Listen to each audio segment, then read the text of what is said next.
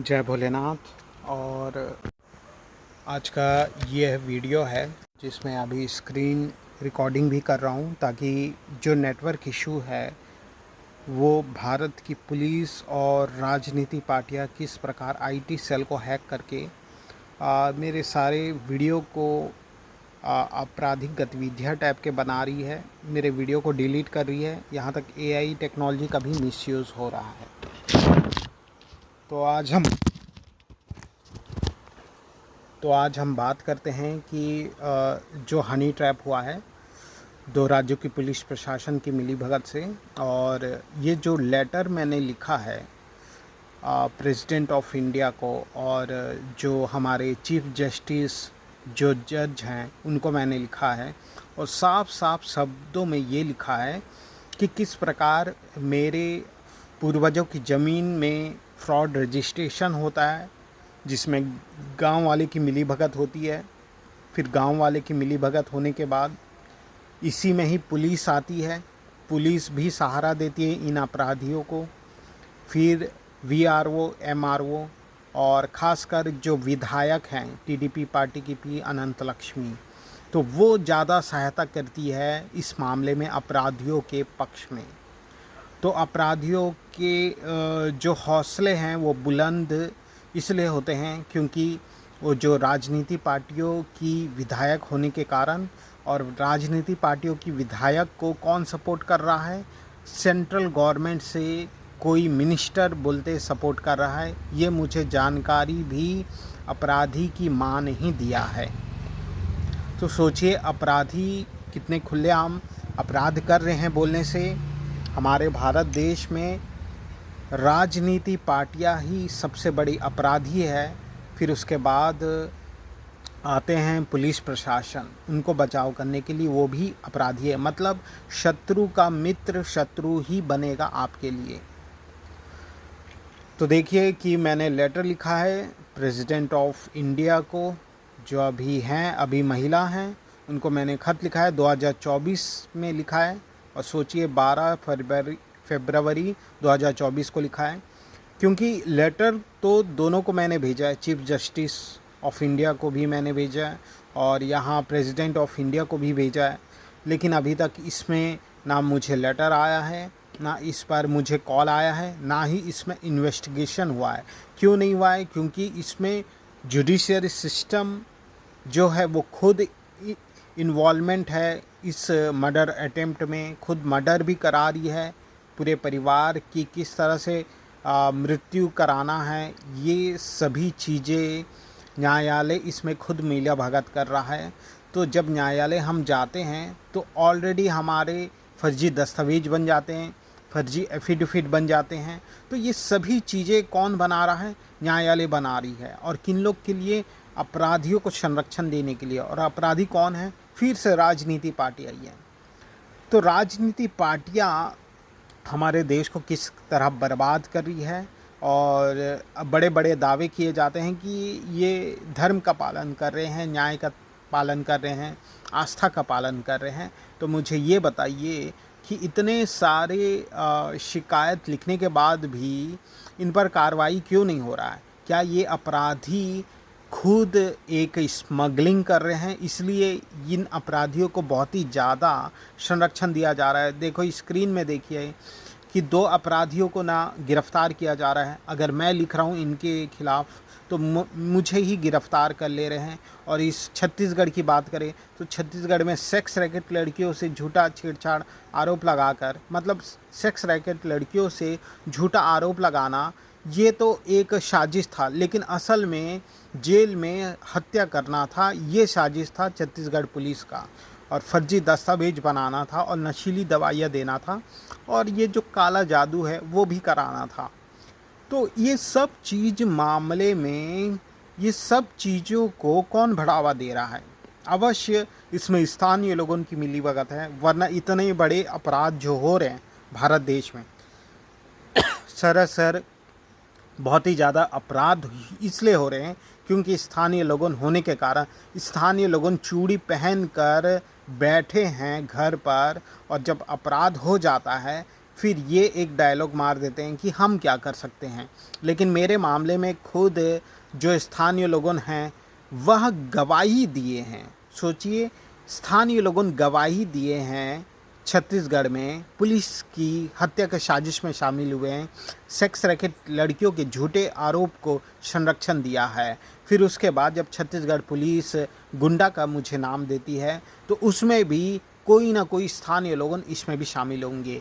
तो मतलब ये सोमवार का दिन है, कार्तिक सोमवार का दिन है, और मैं भगवान की आज्ञा से ही मैं बोल रहा हूँ आपसे कि आप व्रत कर रहे हो, आप यज्ञ कर रहे हो, आप पूजा कर रहे हो, तो एक सेवक की हत्या के साजिश में स्थानीय लोगों शामिल हो जाएंगे तो क्या भगवान आपको खुशी रहने देंगे? तो बात उनका कर रहा हूँ जो छत्तीसगढ़ में शिव मंदिर है, और शीतला मंदिर हो गया, और साई मंदिर हो गया। ये सभी जो मंदिर के कमेटी मेंबर हैं ये हत्या के साजिश में शामिल हुए हैं।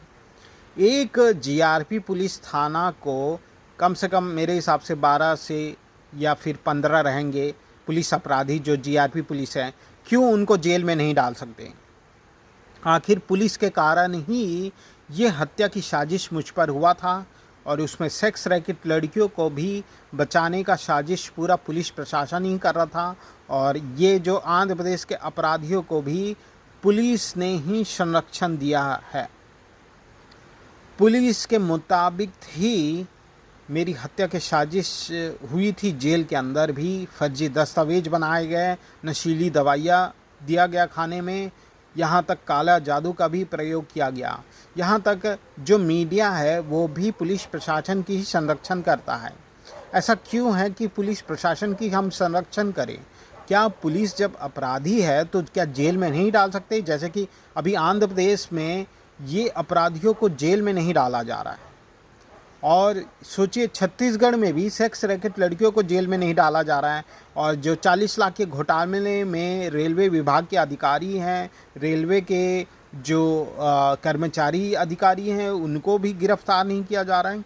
तो देश में भ्रष्टाचार को बढ़ावा देने वाले लोग कोई और नहीं हैं, उच्च अधिकारी हैं और स्थानीय नेता हैं। लेकिन स्थानीय नेता अगर संरक्षण देते रहेंगे तो ये कौन लोगों हैं जो बोलते हैं कि हमारा देश तो भ्रष्टाचार है, हम क्या कर सकते हैं? तो ये वही लोगों हैं आपको गुमराह की बातें में फंसा रहे हैं, और आपको ये जो न्याय धर्म से भटकाने वाले ही लोग हैं। मेरे खुद मामले में मेरे टीचर दोस्त शामिल हुए हैं, पुलिस प्रशासन के संरक्षण किए हैं, पुलिस की हत्या के साजिश में शामिल हुए हैं। यहाँ तक मोबाइल ट्रेस भी पुलिस प्रशासन कर रहा है, फ़ोन टैपिंग कर रहा है, उसके बाद हत्या कराने के लिए एक्सीडेंट भी करवा रहा है। तो ये सभी चीज़ें जब पुलिस कर रही है तो पूरे मामले को मैंने लिखा है कि पुलिस कौन कौन से एफआईआर दर्ज करी है, एफआईआर नंबर मैंने लिखा है, और आप देख लीजिए स्क्रीन पर जो 2 कंप्लेंट मैंने डाला है प्रेसिडेंट ऑफ इंडिया को और सीजेआई को। तो अब इसमें कोई प्रतिक्रिया नहीं आई है, लेकिन ज़रूर आप देखिए कि हम जब भारत देश में हैं तो हम न्याय मांग रहे हैं आपराधिक गतिविधियों को कम करने के लिए, और ये जो बड़े बड़े पद में बैठे हैं ये क्यों बैठे हैं? इनको तो पद से हटा देना चाहिए। क्यों बैठे हैं? बार बार मोदी राहुल गांधी बोलते रहते हैं। ये जो चीफ जस्टिस हैं और प्रेसिडेंट ऑफ इंडिया है, ये क्यों बैठे हैं? फिर इनको भी हटा देना चाहिए, इनकी भी मांग करना चाहिए, क्योंकि ये सभी लोगों के कारण ही तो आपराधिक गतिविधियां बढ़ रही है। अवश्य जब संघर्ष कर रहे हैं तो वो कौन लोग हैं जो इसका विरोध कर रहे हैं? सबसे पहले विरोध करने वाले कोई और नहीं, स्थानीय लोगों नेता ही हैं। और ये नेता लोगों ही मंदिर भी बना दे रहे हैं, मंदिर में ही ये नए नए नियम बना दे रहे हैं। सोचिए मेरे ही मामले में मंदिर में अश्लील हरकतें खुद राजनीति पार्टियां पुलिस प्रशासन ने किया है, तो हम किस बात की देरी कर रहे हैं? सबसे पहले हमें ऐसे जेलों को तोड़ना चाहिए जहां तंत्र मंत्र हो रहा है, जहां नशीली दवाइयाँ दिया जा रहा है, जहां उनकी भूमि को हड़पा जा रहा है। मैं किसी और राज्य की बात नहीं कर रहा हूं, जहां मेरा मामला चल रहा है Gopala Chandrashekhar versus state of Chhattisgarh. मतलब छत्तीसगढ़ में दुर्ग सेंट्रल जेल को हमें तोड़ना चाहिए सबसे पहली बात, क्योंकि राजनीति पार्टियां यहाँ निर्दोषों को जेल में रखकर नशीली दवाइयाँ देकर उनकी हत्या कर रहे हैं। और जब उनकी हत्या हो जाती है तो फर्जी दस्तावेज बना देते हैं, फर्जी एआई टेक्नोलॉजी का वीडियो भी बना दे रहे हैं अभी तो ये जानने की बात है कि हमें न्यायालय जाना ज़रूरी है इतना। अगर न्यायालय जाना भी है तो क्या सच में हमें न्याय मिल जाएगा? तो क्यों हर बार निर्दोष लोग जेल जाते हैं? क्यों पुलिस नहीं जाती? क्यों वकील जेल नहीं जाते? क्यों राजनीतिक पार्टियां जेल नहीं जाती?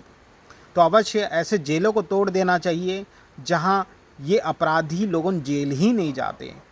अवश्य धर्म को बचाना है तो ये कदम उठाना ही पड़ेगा। और अवश्य मैं इस सिलसिले में ही मैं संघर्ष कर रहा हूँ और अवश्य ये सफलता की ओर ही ले जाएगा, क्योंकि भगवान का जो आशीर्वाद है और भगवान के कर्म जो हैं इसी प्रकार ही होते हैं। और भगवान हमेशा उनकी ही रक्षा करते हैं जो धर्म पर चलते हैं।